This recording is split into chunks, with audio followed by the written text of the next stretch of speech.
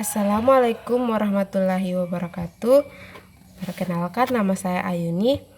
Di sini saya akan menjelaskan materi yang berjudul rasio keuangan. Ada beberapa rasio keuangan. Yang pertama, rasio likuiditas. Ada 3 macam rasio likuiditas. Yang pertama, current ratio atau rasio lancar. Rasio ini untuk menilai kecukupan aktiva lancar perusahaan untuk melunasi kewajiban jangka pendek atau utang lancarnya yang dipakai dalam perhitungan akuntansi sesuai jenis-jenis laporan keuangan. Rumus: total aset lancar dibagi total kewajiban lancar. Contohnya, nilai rasio lancar dari perusahaan tersebut adalah 3,2x, sedangkan rata-rata industri 4,2x. Rasio sebesar 3,2 dapat melikuidasi aset lancar sebesar 31%. Yang kedua, rasio cepat atau quick ratio. Dipakai untuk mengetahui kemampuan perusahaan dalam membayar kewajiban jangka pendek dengan memakai aktiva lancar. Nah, rumus quick ratio sama dengan total aset cair dibagi total kewajiban lancar. Contoh, diketahui kas 300 juta rupiah, surat berharga yang dapat dipasarkan 100 juta rupiah, piutang usaha 200 juta rupiah, persediaan 200 juta rupiah, utang usaha 400 juta rupiah. Tentukan rasio lancar dan rasio cepat perusahaan tersebut. Rasio lancar sama dengan total aset lancar atau total kewajiban lancar. 300 juta sama dengan 300 juta rupiah ditambah 100 juta rupiah ditambah 200 juta rupiah ditambah 200 juta rupiah dibagi 400 juta rupiah sama dengan 2,0. Yang kedua, total aset cair dibagi total kewajiban lancar sama dengan 300 juta rupiah ditambah 100 juta rupiah ditambah 200 juta rupiah dibagi 400 juta rupiah sama dengan 1,5. Rasio yang kedua, rasio profitabilitas. Ada beberapa macam rasio profitabilitas. Yang pertama itu margin laba kotor. Margin laba kotor merupakan rasio profitabilitas untuk menilai persentase laba kotor terhadap pendapatan yang dihasilkan dari penjualan. Rumus gross profit margin sama dengan laba kotor dibagi total pendapatan dikali 100%. Contoh, laba kotor perusahaan PT Mega Sejahtera sama dengan 48 juta rupiah. Total pendapatan perusahaan sama dengan 55 juta rupiah. Maka gross profit margin PT Mega Sejahtera adalah penyelesaiannya sama dengan 48 juta dibagi 55 juta rupiah dikali 100% sama dengan 87%. Yang kedua, margin laba bersih atau net profit margin merupakan rasio profitabilitas untuk menilai persentase laba bersih yang dapat setelah dikurangi pajak terhadap pendapatan yang diperoleh dari penjualan. Rumus net profit margin sama dengan laba bersih setelah pajak dibagi penjualan. Contoh, pendapatan penjualan bersih sama dengan 27.200.000. Laba bersih setelah pajak sama dengan 23.064.000 rupiah. Jadi laba bersih margin laba bersih sama dengan laba bersih setelah pajak dibagi pendapatan penjualan bersih sama dengan 27.200.000 rupiah dibagi 23.064.000 rupiah sama dengan 1,17 juta rupiah. 1,17. Yang ketiga, rasio pengambilan aset atau return on asset ratio merupakan rasio profitabilitas untuk menilai persentase keuntungan yang diperoleh perusahaan terkait sumber daya atau total aset sehingga efisiensi suatu perusahaan dalam pengelolaan asetnya bisa terlihat dari persentase rasio ini. Rumus ROA sama dengan laba bersih dibagi total aset. Contoh, diketahui laba bersih perusahaan sebesar 180 juta rupiah dan total aset 20 juta rupiah, maka hitunglah ROA perusahaan. Penyelesaian, ROA sama dengan laba bersih dibagi total aset, ROA sama dengan 180 juta rupiah dibagi 20 juta rupiah sama dengan 9%. Yang keempat, rasio pengambilan ekuitas atau return on equity ratio. Untuk menilai kemampuan perusahaan dalam penghasilan laba dari investasi pemegang saham perusahaan tersebut yang dinyatakan dalam persentase. Rumus ROE sama dengan laba bersih setelah pajak dibagi ekuitas pemegang saham. Contoh, berdasarkan laporan keuangan yang diterbitkan per tanggal 31 Desember 2017, PT Mega Sejahtera bergerak di sektor konstruksi memiliki laba bersih setelah pajak sebesar 500 juta rupiah. Total ekuitas para pemegang saham adalah sebanyak 800 juta. Berapakah rasio pengambilan ekuitas atau ROE PT Mega Sejahtera? Jadi ROE sama dengan 500 juta rupiah dibagi 800 juta rupiah sama dengan 63,5%. Yang kelima, return on investment atau ROI merupakan rasio profitabilitas yang dihitung laba bersih setelah dikurangi pajak terhadap total aktiva. Semakin tinggi rasio ini, berarti semakin baik kondisi suatu perusahaan. Rumus, laba atas investasi dikurang investasi awal dibagi investasi kali 100%. Contoh, perusahaan maju bersama melakukan investasi sebesar 500 juta kepada sebuah usaha penjualan produk kendaraan. Perusahaan maju bersama ternyata mendapatkan penjualan sebesar 1000 unit kendaraan dan dari penjualan tersebut perusahaan mendapatkan keuntungan sebesar 600 juta. Jawaban, diketahui keuntungan laba investasi sebesar 100 juta dan modal investasi awal sebesar 500 juta, jadi diperoleh perhitungan sebagai berikut. ROI sama dengan 600 juta dikurang 500 juta dibagi 500 juta dikali 100% sama dengan 20%. Jadi diperoleh ROI-nya adalah sebesar 20%. Rasio yang ketiga itu rasio solvabilitas. Ada beberapa rasio solvabilitas. Yang pertama itu rasio hutang terhadap aktiva atau total debt to asset ratio. Digunakan untuk mengukur presentasi besarnya dana yang berasal dari hutang, baik hutang jangka pendek maupun jangka panjang. Semakin rendah rasio ini artinya semakin baik bagi keuangan perusahaan. Sebab keamanan dananya semakin baik. Rumus DAR sama dengan total hutang dibagi total aktiva dikali 100%.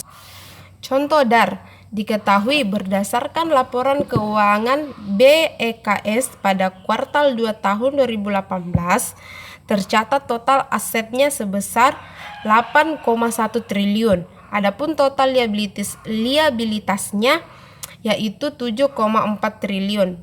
Pertanyaan, berapakah nilai rasio DAR BEKS pada kuartal 2 2018? Jawab, sama dengan total hutang dibagi total aktiva sama dengan 7,4 triliun rupiah dibagi 8,1 triliun rupiah. Hasilnya 0,91 kali atau 91,12%. Dengan demikian, jika kita berpatokan dengan rasio modal dari rata-rata bank adalah 10% dari asetnya, maka rasio utang dari bank ini tergolong kurang aman karena utangnya lebih dari 90% dari total aset yang ia miliki. Yang kedua, rasio hutang terhadap ekuitas atau total debt to equity ratio. Digunakan untuk mengukur hutang yang dimiliki dengan modal sendiri. Semakin kecil rasio ini, maka akan semakin baik untuk perusahaan. Sebaiknya besarnya hutang tidak melebihi modal perusahaan itu sendiri. Rumus DER sama dengan total hutang dibagi modal dikali 100. Contoh, diketahui pada 29 Oktober 2018 TLKM merilis LK kuartal 3 2018 sebagai laporan kinerja terbarunya. Dalam laporan keuangan tersebut tertulis total liabilitas untuk utang TLKM adalah 98,606 triliun rupiah, sedangkan modal atau ekuitasnya berjumlah 106.287 triliun. 106.287 triliun. Pertanyaan, jika pembulatan yang digunakan dalam penyajian laporan keuangan TLKM adalah miliaran rupiah, berapakah nilai DER TLKM pada kuartal 3 2018? Jawaban, total hutang atau total aktiva sama dengan 98.606 triliun dibagi 106.287 triliun sama dengan 0,3 kali atau 92,77%. Jadi, kalau berdasarkan penilaian standar rasio hutang yang baik, maka bisa dibilang kalau DER TLKM sebesar 0,93 kali tergolong tidak aman dan berisiko. Ya, karena jumlah utangnya hampir mendekati jumlah modalnya. Rasio yang terakhir yaitu rasio aktivitas. Digunakan untuk mengukur keefektifan atau efisiensi perusahaan dan menggunakan aktiva-aktiva yang dimilikinya. Rasio yang pertama itu rasio perputaran piutang. Digunakan untuk mengukur efektivitas pengelolaan piutang. Semakin tinggi perputarannya, maka semakin baik pula bagi perusahaan. Rumus perputaran piutang sama dengan penjualan kredit dibagi rata-rata piutang. Contoh, pada tanggal 26 April 2017, LPPF merilis laporan keuangan untuk kinerjanya pada kuartal 1 2017. Adapun piutang usaha LPPF saat itu adalah sebesar 46.167 miliar rupiah. Kemudian pada LPP saat itu adalah sebesar 46.167 juta rupiah.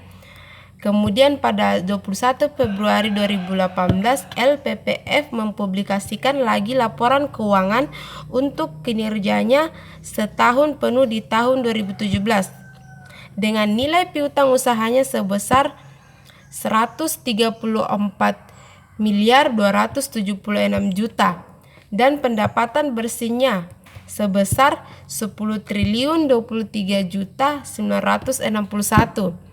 Pertanyaan, berapakah nilai RTO LPPF tahun 2017? Jawaban, penjualan kredit dibagi rata-rata piutang sama dengan 10.023.691 dibagi 46.167 juta ditambah 134.276 juta dibagi 2 sama dengan 100.023.961 juta dibagi 90.221 juta 500 sama dengan 111,110 kali. Yang kedua, rasio perputaran persediaan. Rasio ini digunakan untuk menggambarkan likuiditas perusahaan. Semakin tinggi rasio perputaran persediaan, maka semakin pula pengelolaan perusahaannya. Rumus perputaran persediaan sama dengan harga pokok penjualan dibagi persediaan. Contoh, diketahui penjualan 100 juta, persediaan awal 300 juta, persediaan akhir 200 juta. Penyelesaian, jadi rasio perputaran persediaan sama dengan penjualan dibagi persediaan awal ditambah persediaan akhir dibagi 2. Rasio perputaran persediaan sama dengan 0,6 kali. Yang ketiga, rasio perputaran aktiva tetap. Rumus perputaran aktiva tetap dibagi aktiva tetap. Contoh, diketahui penjualan bersih 200 juta, jumlah aset tetap 150 juta. rasio perputaran aset tetap adalah? Jawaban, rasio perputaran aset tetap sama dengan penjualan bersih dibagi aset tetap, sama dengan 200 juta dibagi 150 juta sama dengan 1,33. Yang keempat, rasio perputaran total aktiva. Rumus perputaran total aktiva. Penjualan sama dengan penjualan dibagi total aktiva. Contoh, diketahui penjualan bersih 100 juta, total aset awal tahun 100 juta, total aset akhir tahun 200 juta. Rasio perputaran total aset adalah?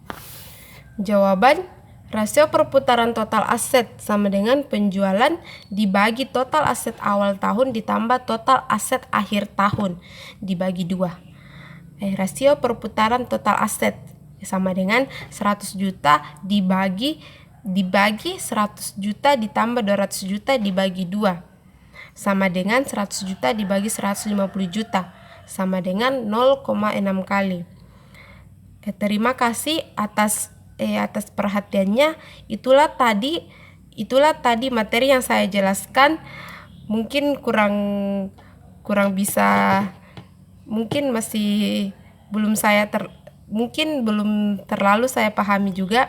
Jadi saya masih belajar. Mohon maaf bila ada kata-kata yang salah. Assalamualaikum warahmatullahi wabarakatuh.